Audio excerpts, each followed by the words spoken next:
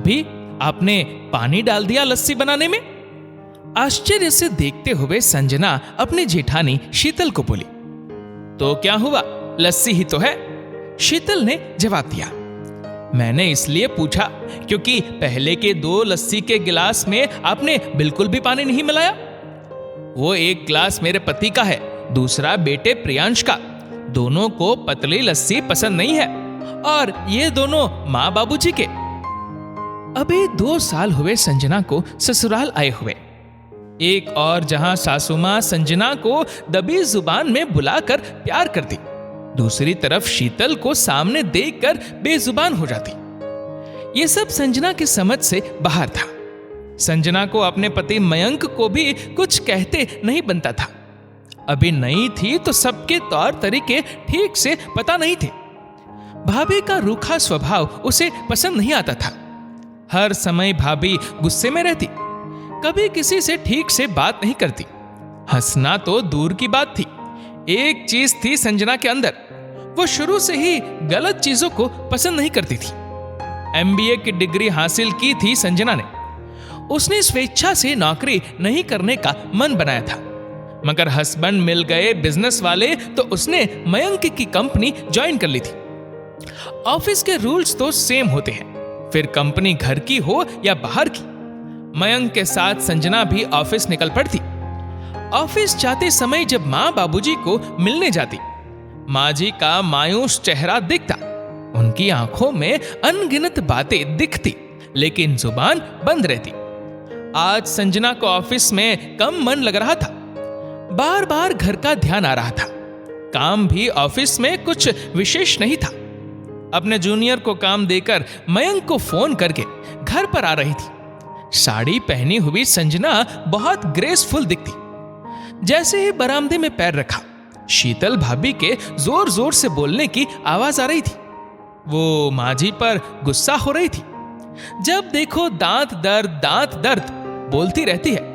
मैंने कहा था आपसे गर्म पानी में नमक डालकर कुल्ले कीजिए, दांत दर्द ठीक हो जाएगा, मगर आपको तो डॉक्टर के पास जाने की पड़ी है। आपके चक्कर में आज मेरी पार्टी मिस हो गई। पिछले कितनी रातों से मैं सो ना पाई हूं बहू। कल रात से तो दांत दर्द बहुत बढ़ गया है। सारी रात कराती रही मैं।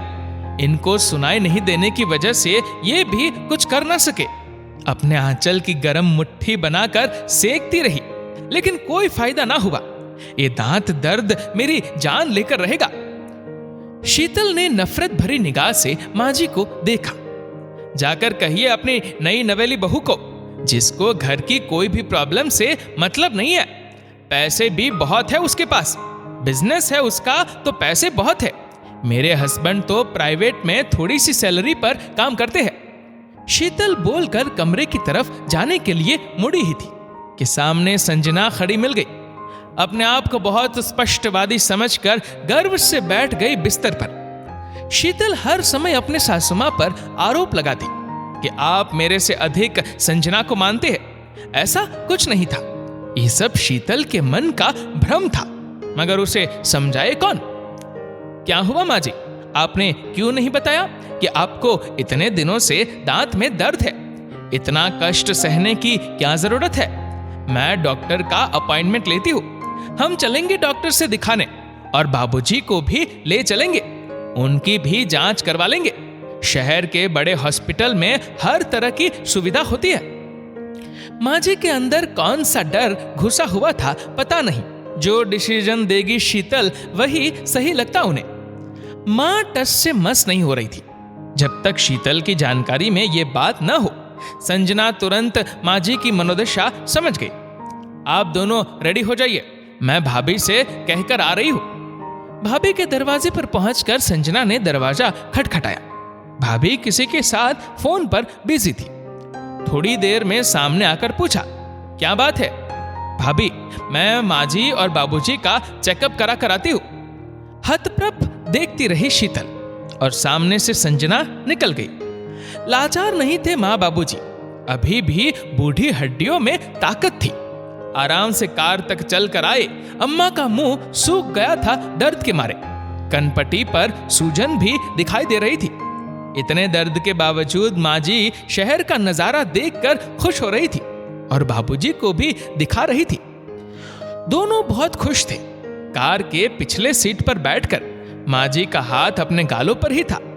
संजना कभी कभी बैक व्यू मिरर से उन्हें देख लेती। उसे बहुत खुशी हो रही थी। हॉस्पिटल आ गया। वेटिंग एरिया में थोड़ी ही देर बैठी होंगी माँ जी कि उनका नंबर आ गया। डॉक्टर ने देखा माँ जी की दांत आधी टूटकर मसूड़े में धंस गई थी। उसको ऑपरेट कर निकालना जरूरी था। बिना किसी से पूछे संजना ने यह काम करवा लिया। माँ जी के मसूड़े में टाके लगे थे। हमेशा के लिए समाधान निकल गया माँ जी के दांत का। अब बाबूजी के कान का चेकअप हुआ। उनकी सुनने की क्षमता बिल्कुल शून्य हो चुकी थी। डॉक्टर ने हियरिंग मशीन लगवाने को कहा।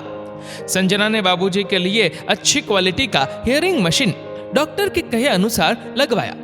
काम खत्म हो जाने के बाद दोनों को कार में बिठाकर संजना घर के लिए निकल गई।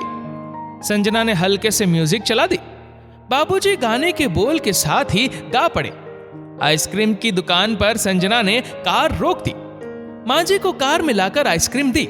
माँ जी मुस्कुराकर खाने लगी। बाबूजी ने भी आइसक्रीम खाई। घर के लिए संजना ने फैमिली पैक लिया। घर आने पर माँ जी फिर बुझी हुई दिखने लगी।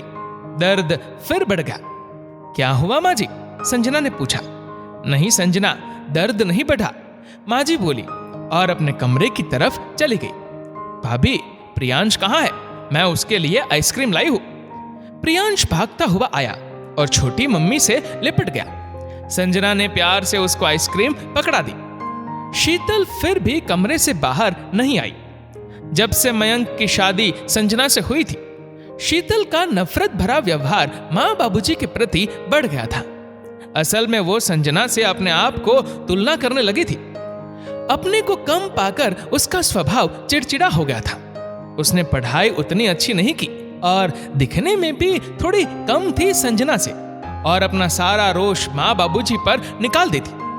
माँ चुप रहती क्योंकि घर में क्लेश होना पसंद न था उन्हें। हमेशा चुप्पी लगा लेती। रिश्तेदार आते छोटी बहू की बड़ाई कर जाते। कुछ बातें शीतल के कानों में पड़ जाती तो उसके स्वाभिमान को चोट पहुंचती। कुछ लोग घर के बड़े बुजुर्गों के पीछे पड़ जाते हैं, उन्हें जली कटी सुनाते रहते हैं। ये अच्छी बात नहीं है। संजना के समझ में आ चुका था शीतल भाभी क्यों ऐसा व्यवहार करती है। अब कई बार वो भाभी के साथ भी बैठने लगी। पहले तो बड़ी मुश्किल से भाभी के मन से ये बात निकलवा दी कि आप किसी से कम ना हो। उनके पहनावे से लेकर उनके रख रखाव पर पूरा भरोसा दिलाया। भाभी, आप पर ये अच्छा लगेगा, आप पहनो तो सही। बहुत मुश्किल से वो चूड़ीदार पहनने को तैयार हुई। अपना डाइट सुधार कर अपने वजन को भी कम किया। पढ़ाई के कुछ ऑनलाइन कोर्स भी किए। ये सब संजना की वजह से हो रहा था।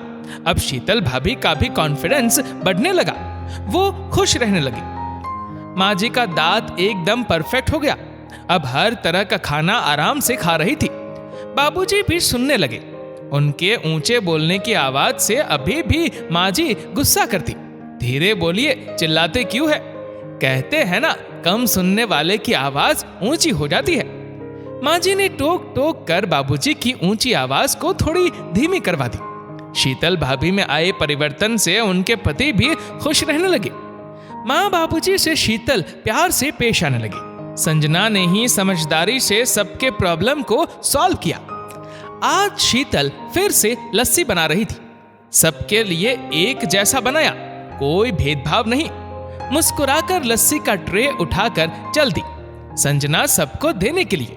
दोनों देवरानी जेठानी अब आपस में प्यार से रहती है। जो खुशी प्यार से मिलजुल कर रहने में है, वो दूसरी किसी चीज में नहीं। जिस तरह पांचों उंगलियां बराबर नहीं होती, ठीक उसी तरह परिवार में कोई थोड़ा कम, कोई थोड़ा ज्यादा सफल होता है। एक दूसरे का ध्यान देते हुए जिंदगी की गाड़ी को चलाना चाहिए। जिस तरह पांचों उंगलियां बंद करने पर मुट्ठी बन जाती है, ठीक उसी तरह परिवार में सब साथ हो तो एक अलग मजबूती आ जाती है। दोस्तों, इस वीडियो को आप किस तरह से देखते हैं नीचे कमेंट करके जरूर बताइएगा। और अगर आपको वीडियो अच्छा लगा हो तो इस वीडियो को लाइक करिएगा, शेयर करिएगा ज्यादा से ज्यादा लोगों तक, और ऐसे ही और भी इंस्पिरेशनल वीडियोस के लिए सब्सक्राइब करें हमारे यूट्यूब चैनल को और फेसबुक पर फॉलो करें हमारे पेज को। धन्यवाद।